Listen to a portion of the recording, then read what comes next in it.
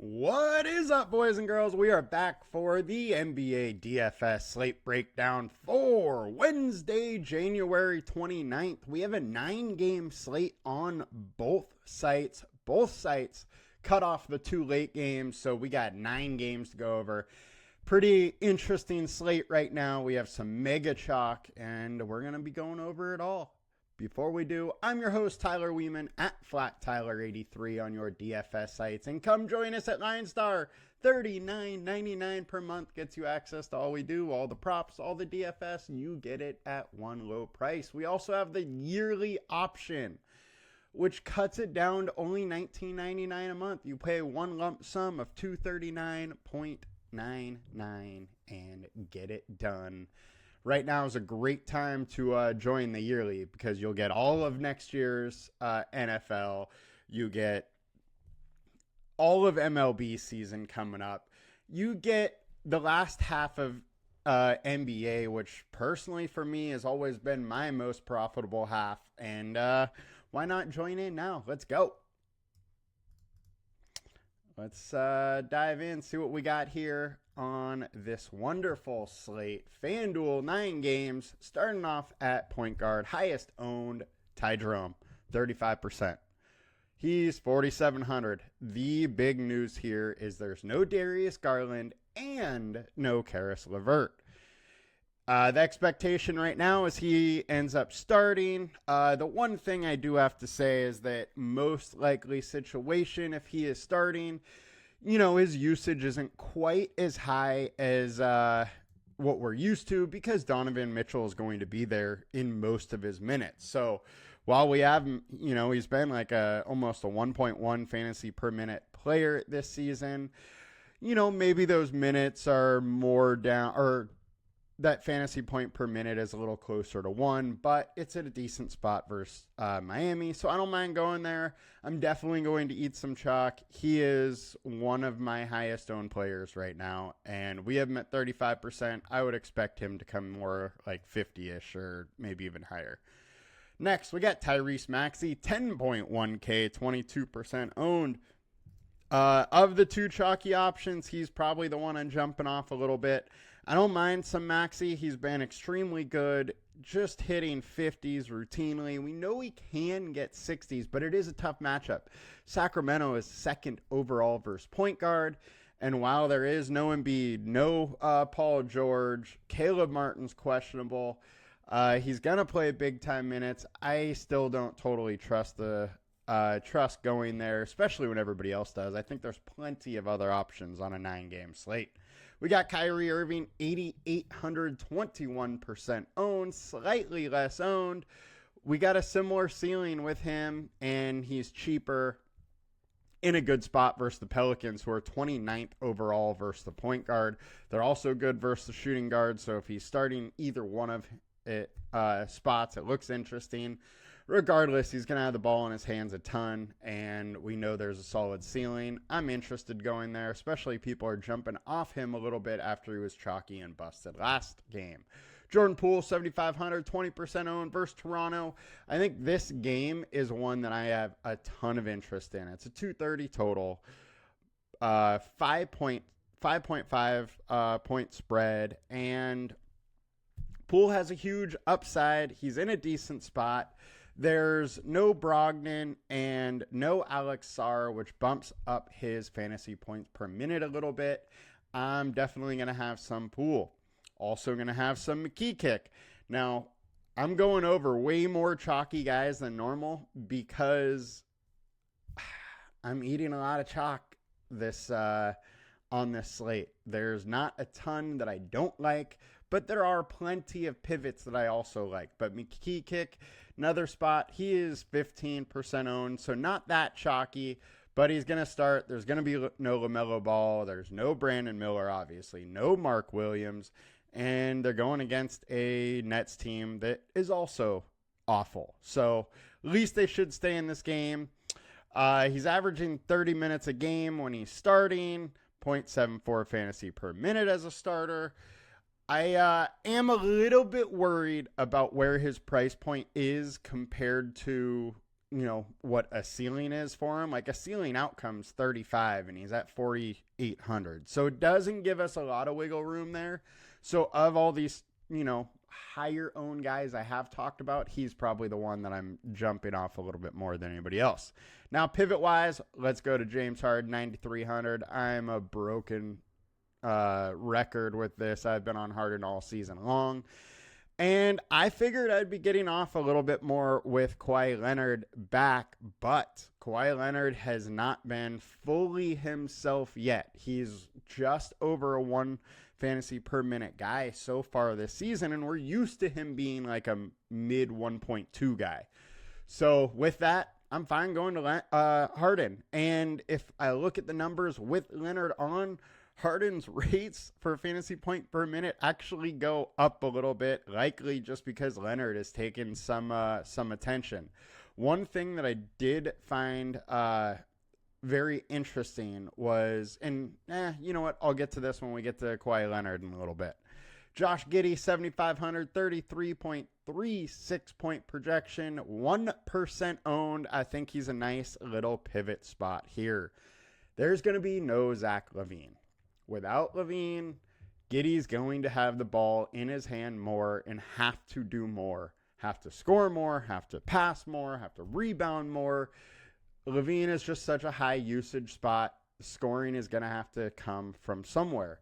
Kobe White also becomes interesting, but we're not sure if he's going to play. If Kobe White is out also, I think Giddey's locked in for big minutes here. And when he gets big minutes, he can have pretty big games. So I'm pretty interested in him.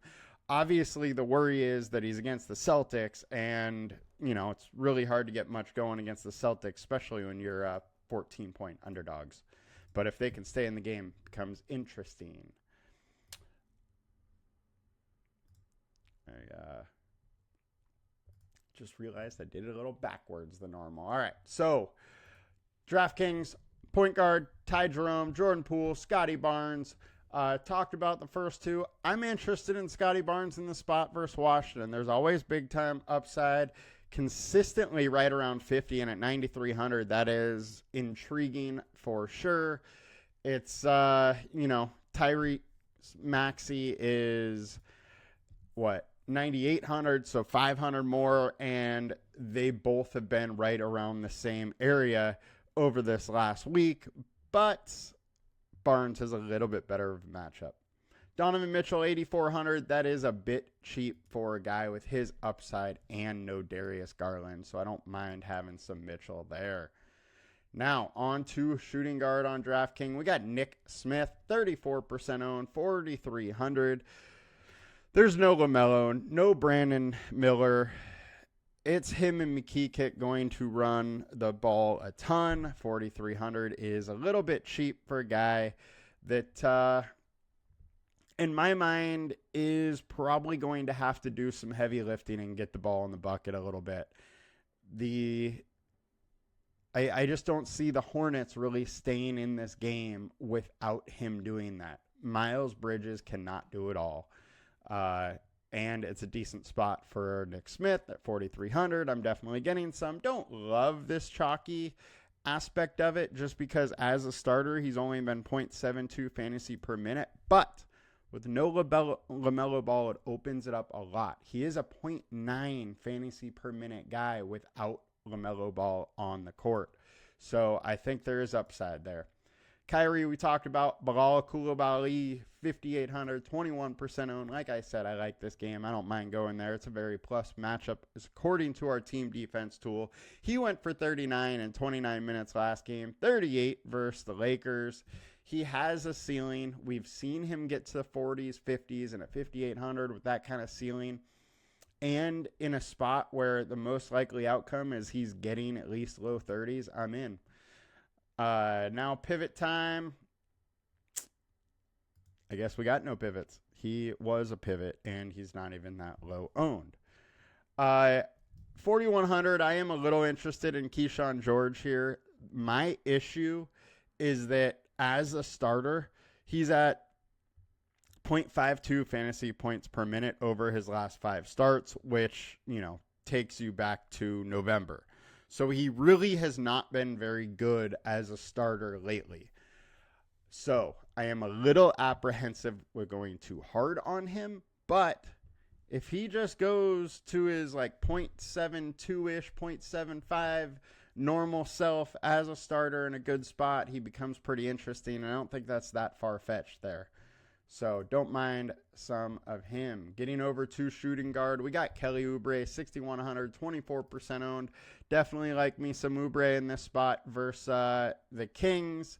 He is likely to probably start at small forward with Gordon at shooting guard, but I don't mind Oubre in this spot whatsoever. He has a big-time ceiling. Sacramento is, decent defensively, but they have been giving it up to wings a little bit. Nick Smith, Donovan, we covered. Bub Carrington, 3,900. My worry with him is he goes back to the bench, only plays 25, 26 minutes, doesn't quite get there.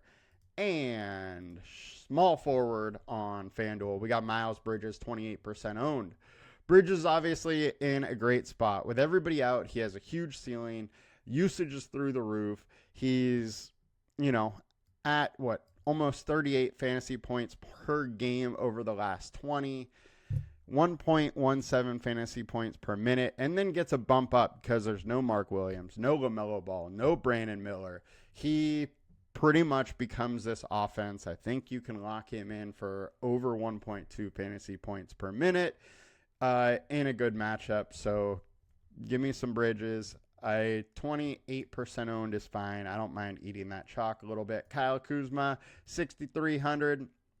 So since he's came back, we have seen a couple times where he's shown his normal self a little bit or some upside, 42, 44, 46. And I think that's there. He's just has not been the player this year as he was last year. My other worry is his minutes are all over the place. But in games where the Wizards are able to keep it close, he ends up getting to low 30s in minutes. That's what we're going to need in this spot. It's only a 5.5 spread, and I think there is the path, especially without Sarr, without Brogdon. He does get a little boost. He's actually like a 1.02 fantasy point per minute guy without those guys. So little interest there. Koulibaly we covered. Barnes we covered. Might as well talk about Okogie here. 5.4K. 34. Went for 34. Went for 29. Went for 40. Most of them in limited minutes. I would expect him to start in this spot. He's been 1.1 fantasy per minute guy coming off the bench. He is playing with pretty much the bench guys minus Miles Bridges in this spot. So I don't mind getting some Okogie, even though his price jumped up big time. All right, Kawhi Leonard. So the thing that I saw about Kawhi Leonard, which I thought was super interesting, is they have just, he necessarily hasn't torched the Spurs, but his teams have torched the Spurs since he left. Just blowout. Close game, but they won. Blowout.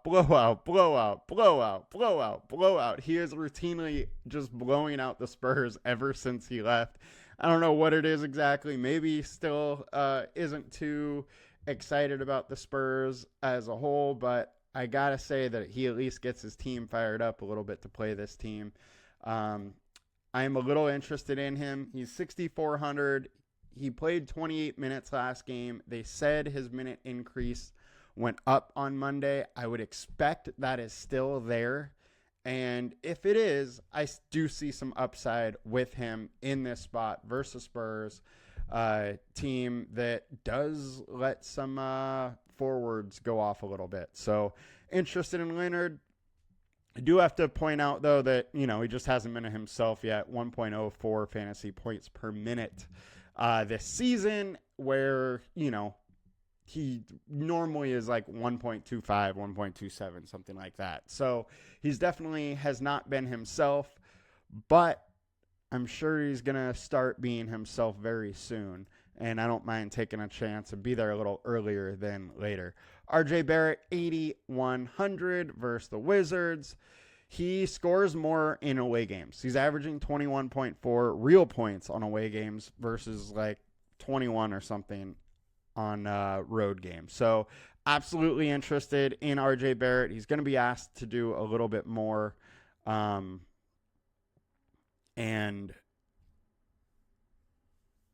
yeah, I mean, I like him. He's going to shoot the 3 ball. His fantasy points per minute without quickly is like 1.2 something. And good spot versus Washington. Don't mind it whatsoever. And Bruce Brown, 5K. He is going to come off the bench again. He's been playing 25 to 28 minutes or so and been very, very effective.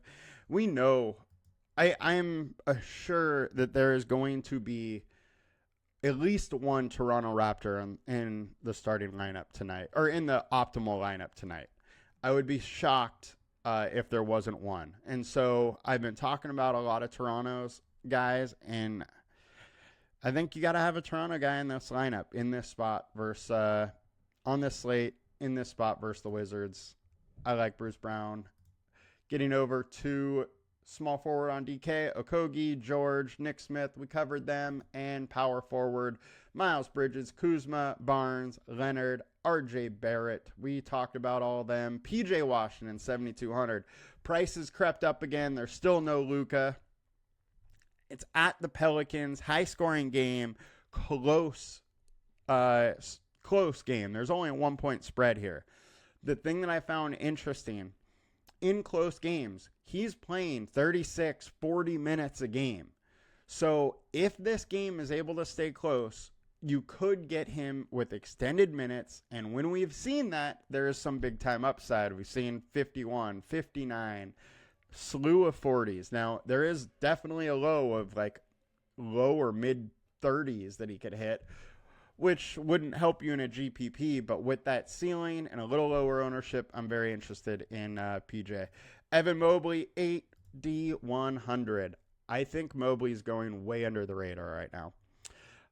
Without Garland, he's a 1.4 fantasy per minute guy on the season. It is obviously a little bit of a small sample size, but I'm also not that worried about the matchup versus Miami.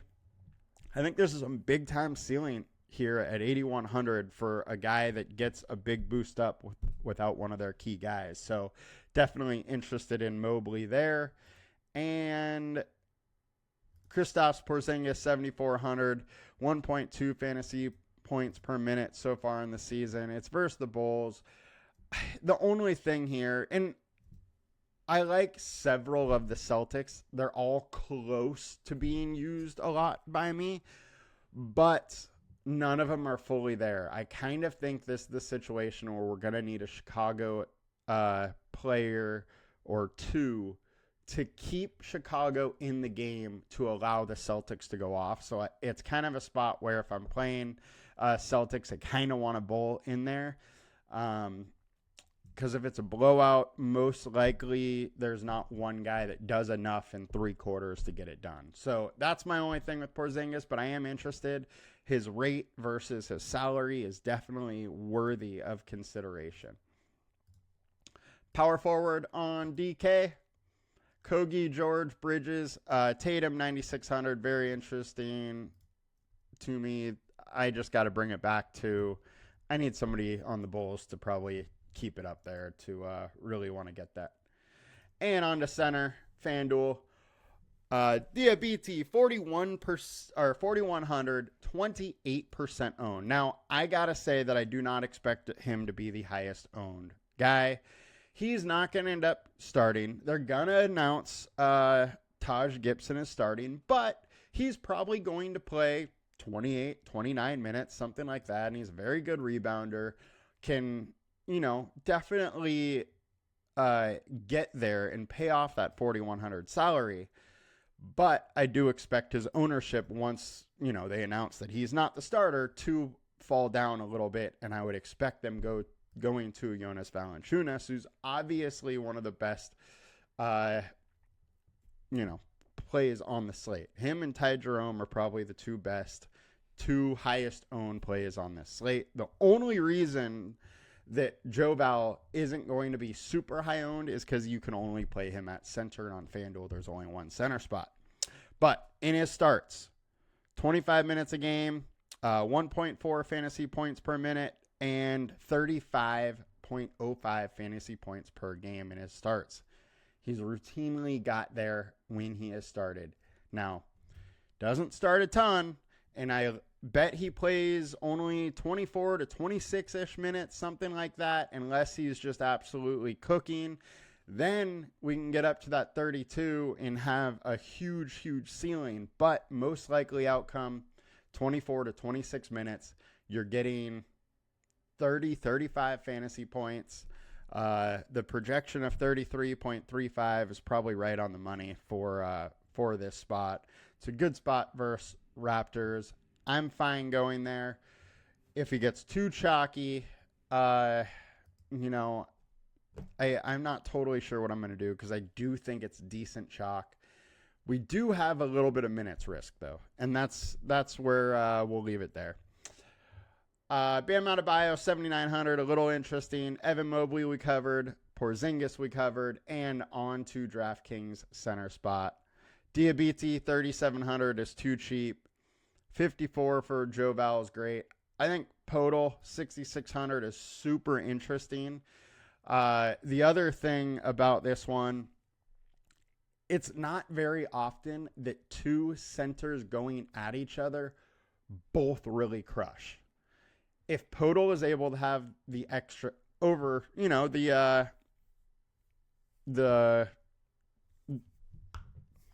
don't know what I'm trying to say here. If he's able to have the upper hand in this matchup, he could absolutely crush.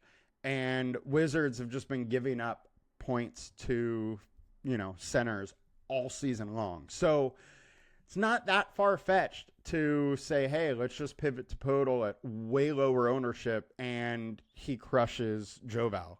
I mean, what happens if Joval gets into foul trouble or something like that? And then it's, Podol going against Rashawn Holmes, and Podol just absolutely crushes him. So I think there is some path to Podol being very successful, and he needs to be considered just due to the leverage aspect alone for him. But then you put it in a very good spot, and if Kelly Olynyk is out, then his minutes are more secure. He's playing, he can get up to like 32 minutes if Olynyk is out. So definitely watch that news as well. All right, guys, that'll do it for us today. Good luck tonight. Let's win some money, and I will see you guys back tomorrow. Please like, comment, and subscribe, and come join us at Lionstar. Peace!